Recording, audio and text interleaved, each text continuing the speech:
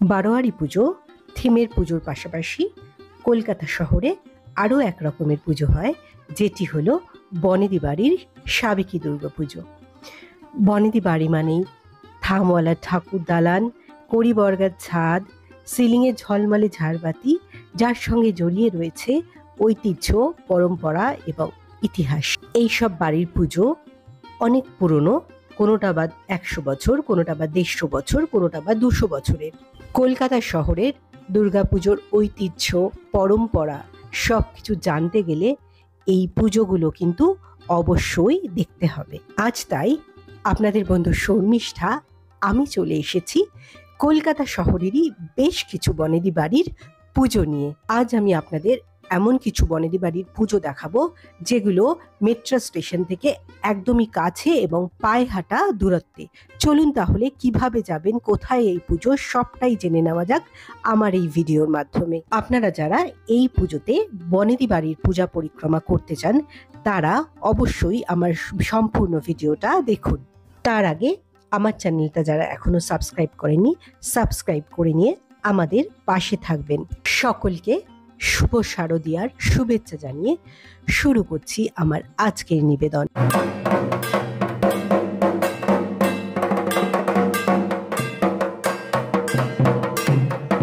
প্রথমেই যেই বাড়িটা দিয়ে আমি শুরু করব সেই বাড়িটা হলো কলকাতার পাথুরিয়াঘাটার খেলাদ ঘোষের বাড়ি, যেই বাড়ির ঠিকানা হলো 47 পাথুরিয়াঘাটা স্ট্রিট, মালাপাড়া, কলকাতা 6। এই বাড়িটিতে আসতে গেলে আপনাদের মেট্রো করে এসে গিরিশ পার্ক মেট্রো স্টেশনে নামতে হবে।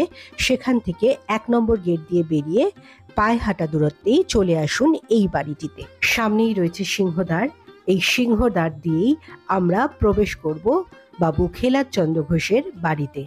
সিংহদ্বারের পাশেই রয়েছে বাবু খেলাদ চন্দ্র ঘোষের একটি সুন্দর আবক্ষ মূর্তি, যিনি এই বাড়ি প্রতিষ্ঠা করেছিলেন।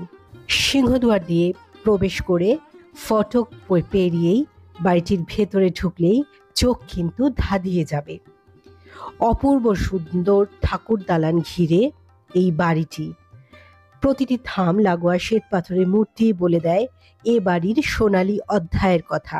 কলকাতার বনেদি বাড়ির পুজো বললেই যে কটি নাম মনে আসে তার মধ্যে বা পাথুরিয়াঘাটার খেলাদ চন্দ্র ঘোষের বাড়ি অন্যতম। খেলাদ চন্দ্র ঘোষ ছিলেন শ্রী রামলোচন ঘোষের নাতি, যিনি গভর্নর জেনারেল ওয়ারেন হেস্টিংসের দেওয়ান ছিলেন। 1846 সালে এই পুজো শুরু করেন বাবু খেলাদ চন্দ্র ঘোষ মহাশয়। এই বাড়ির দুর্গা প্রতিমা একচালা ডাকের সাজের হয়। পিছনে থাকে মঠ চৌরি চালি। এখানে সিংহের মুখ, অন্যান্য অনেক বনেদি বাড়ির মতোই ঘোড়ার মুখ। শোনা যায় সেই সময় কুমোরেরা সিংহের মুখ দেখেননি, সেই কারণেই তারা ঘোড়ার মুখ বানাতেন।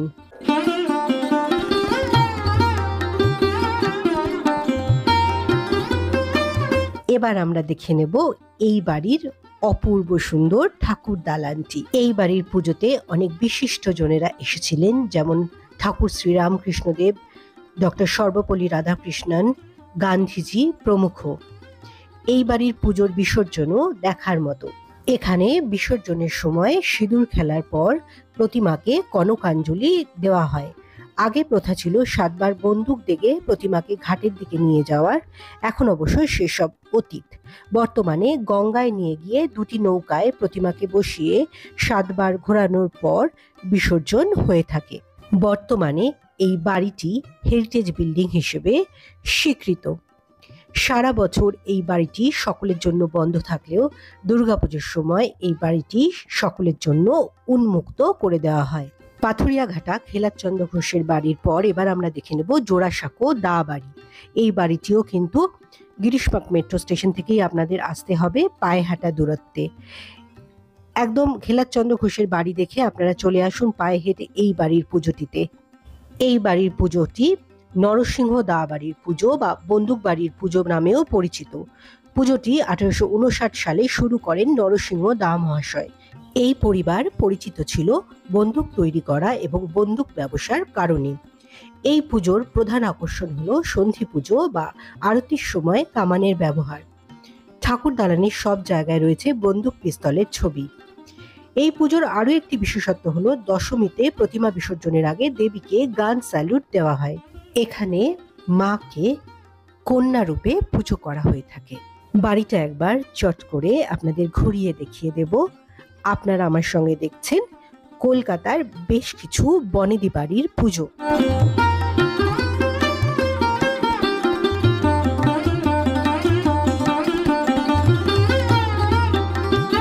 আমি যে বাড়িগুলো আপনাদের দেখাচ্ছি প্রতিটা বাড়িরই পরিবেশ কিন্তু সকলকে মুগ্ধ করবে। তাই পুরনো কলকাতাকে চিনতে হলে, পুরনো কলকাতার পুজোর ঐতিহ্য জানতে গেলে অবশ্যই চলে আসুন এই সকল বাড়িতে। জোড়াসাঁকো দাবাড়ির পুজো দেখে এরপরে আমরা দেখে নেব এর ঠিক পাশেই শিবকৃষ্ণ দাবাড়ির পুজো।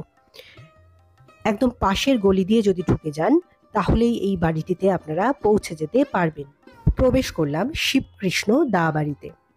যদিও মাকে এখনো সাজানো সম্পূর্ণ হয়নি, কারণ আমরা আপনাদের জন্য খুব সকাল সকাল চলে এসেছি এই বাড়িগুলোতে, সেই কারণেই মায়ের সাজগোজ এখনো চলছে। কথিত আছে উমা মর্তে এসে গহনা এবং প্রসাধনীতে সাজগোজ করেন দাবাড়িতে। হ্যাঁ, মা জোড়াসাঁকোর এই শিবকৃষ্ণ দাবাড়িতে এসেই গয়না পরেন। 1840 সালে এই পুজোর প্রবর্তন করেন শ্রী গোকুলচন্দ্র দা মহাশয়, শিবকৃষ্ণ দায়ের পিতা। এরপর শিবকৃষ্ণ দা এবং তার বংশধরেরা এই পুজো করে আসছেন।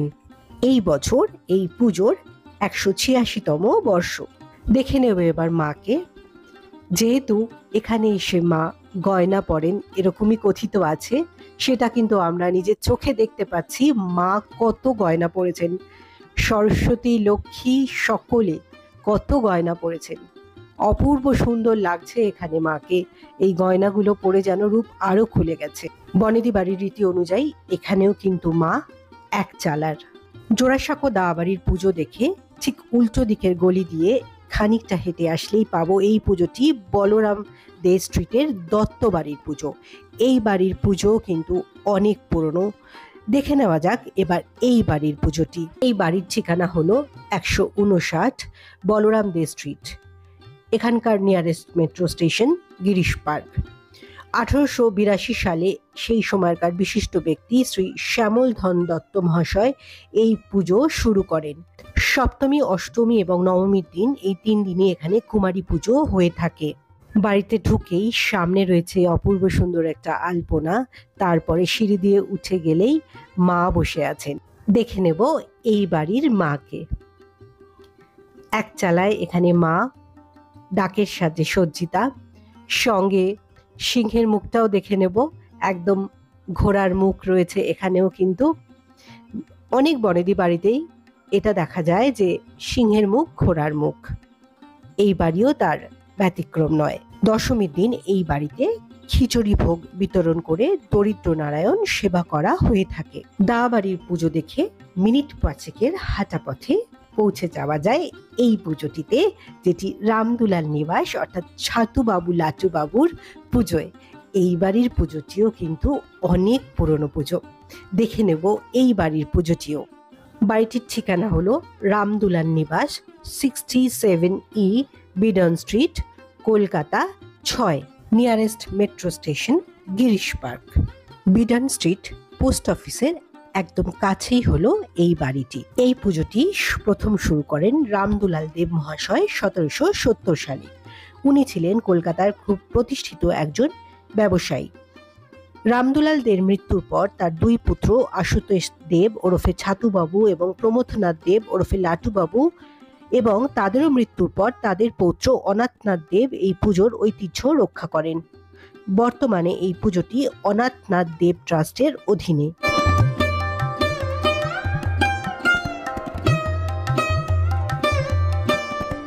এই বাড়ির মাকে একবার দেখে নেব। এখানেও মা দুর্গা এক চালার। প্রতিটি বনেদি বাড়িরই আলাদা আলাদা কিছু রীতি রেওয়াজ থাকে। এখানে যেমন সন্ধি পুজোতে 108টির উপর প্রদীপ জেলে পুজো করা হয়, আর অষ্টমীতে এখানে কুমারী পুজোর প্রচলন আছে। মাকে এখানে বংশানুক্রমে প্রাপ্ত 9 লাখা নেকলেস পরানো হয়ে থাকে। দেখে নেব এই বাড়ির পুরো ঠাকুর দালানটি। বড় বড় সাদা থামওয়ালা দালান, সঙ্গে কড়িবর্গা দেওয়া ছাদ থেকে ঝুলছে ঝাড় লণ্ঠন। অপূর্ব লাগছে দেখতে। পুরনো যে কোনো বনেদি বাড়ির এটাই তো আলাদা বিশেষত্ব। এগুলো দেখতেই তো আমরা বারবার ছুটে ছুটে যাই।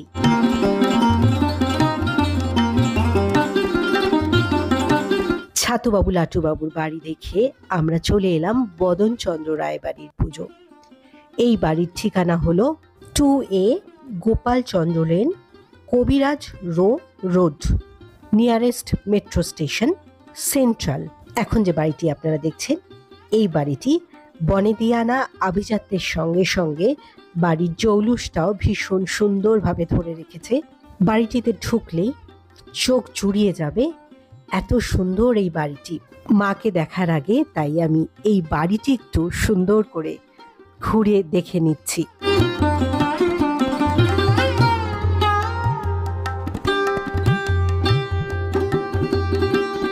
চারিদিকে চক মিলানো বাড়ির মাঝখানে সাদা কালো দাবার মতো মেঝে বাড়িটির সৌন্দর্য যেন আরো বৃদ্ধি করেছে।